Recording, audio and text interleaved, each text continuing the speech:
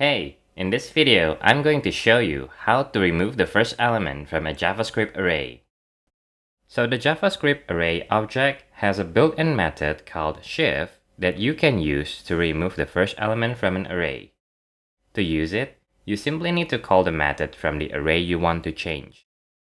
For example, suppose you have an array called flowers that has 4 elements, rose, lily, tulip, and orchid like this.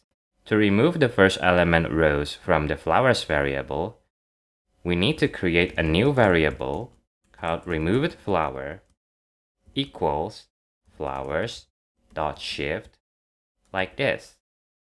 Now let's print out the variables using console.log method to see their values. Tick, flowers, colon, and then space, $, brackets, flowers. We're going to print the value using the template literals expression. Let's create another console.log for the removedFlower variable like this. Now let's run the script using Node.js. As you can see, the first element rose is removed from the flowers array and it was assigned to the removedFlower variable. The shift method takes out the first element from an array and then return it as a single value.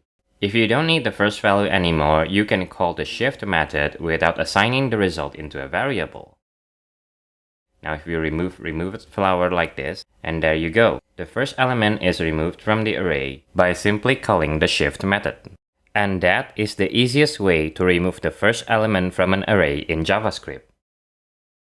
Just a quick announcement. I want to let you know that I have a free email course called Mindset of the Successful Software Developer. This course is a free 7-day email course where each email unveils a slice of wisdom that I have gained after working in the tech industry for over 9 years. It offers a fresh perspective on what it means to be a happy and successful software developer in a changing world. If you are serious about being a software developer, I believe this resource will be a great help for you. You can enroll in the course using the link in the description.